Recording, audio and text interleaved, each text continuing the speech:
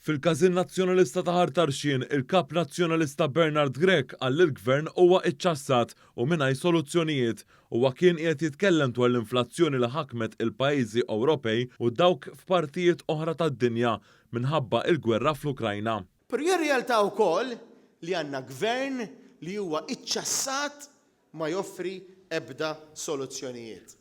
Bernard Grech għalhekk meta il-gvern immexxi mill-Prim Ministru Robert Abela qiegħed jinvesti biljun euro f'dawn is-sentejn sabiex iżomm il-prezzijiet tal-enerġija, tal-fjuwil u tal-qamħ stabbli kemm għall-familji kif ukoll għan-negozji.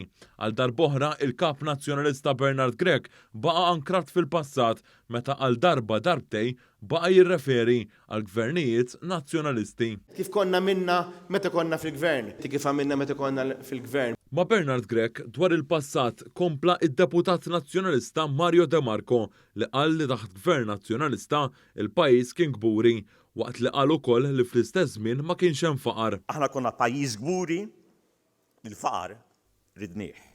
Fl-istess attività tkellem ukoll id-deputat nazzjonalista Robert Kutajjar li qalek. Naraw li anke l-ambjent illi huwa suġġett li l-gvern qed jiskartah.